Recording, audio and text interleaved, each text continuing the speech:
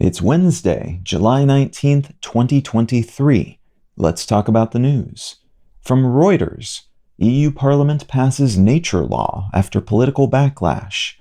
Last week, the European Parliament passed a law, 336 to 300, with 13 abstentions, that will require the restoration of degraded ecosystems throughout the bloc. This was a very hotly contested decision that irked many lawmakers who were already bristling over what they consider to be overreach on the part of EU governance, considering all the environment-related laws they've been passing of late. That said, the basic tenets of a green agenda in the European Union seem to be popular, despite all the pushback and concerns about negative impacts on the agricultural industry, among others. This decision will require that member nations restore natural conditions across a fifth of their land and sea by 2030 as part of a larger effort to reverse natural ecosystem decline, restore soil health, and reduce pollution and emission levels.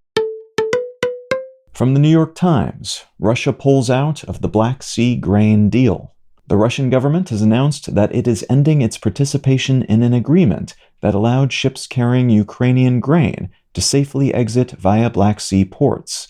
This decision is expected to increase global food prices and to cause shortages in poorer nations in particular, as global aid agencies are the primary customer of Ukrainian foodstuffs, with less well-off African and Middle Eastern nations coming in second. Russian officials have complained about the agreement previously and have said they might pull out of it unless deals could be struck that would allow them to export more of their own grain and fertilizer products, exports of which have been limited by post-invasion sanctions. Grain prices have been wobbly following this announcement, and though Ukraine has managed to export some grain overland in recent months, the volume of overland exports is far smaller than what they can manage via the Black Sea. And from Al Jazeera, Iran's morality police return as authorities enforce hijab rule. The Iranian government has reinstituted patrols by their so-called morality police, following a period in which such patrols were limited due to protests sparked by the death of a young woman, apparently at the hands of these police. These pseudo-police officers basically patrol streets looking for religious norm violations and issuing warnings to people, mostly women who are not wearing a hijab or who aren't wearing it properly, according to a given officer's standards, before then bringing the justice system into it if their warnings are not heeded, which often means sending women to what are called re-education facilities operated by these police.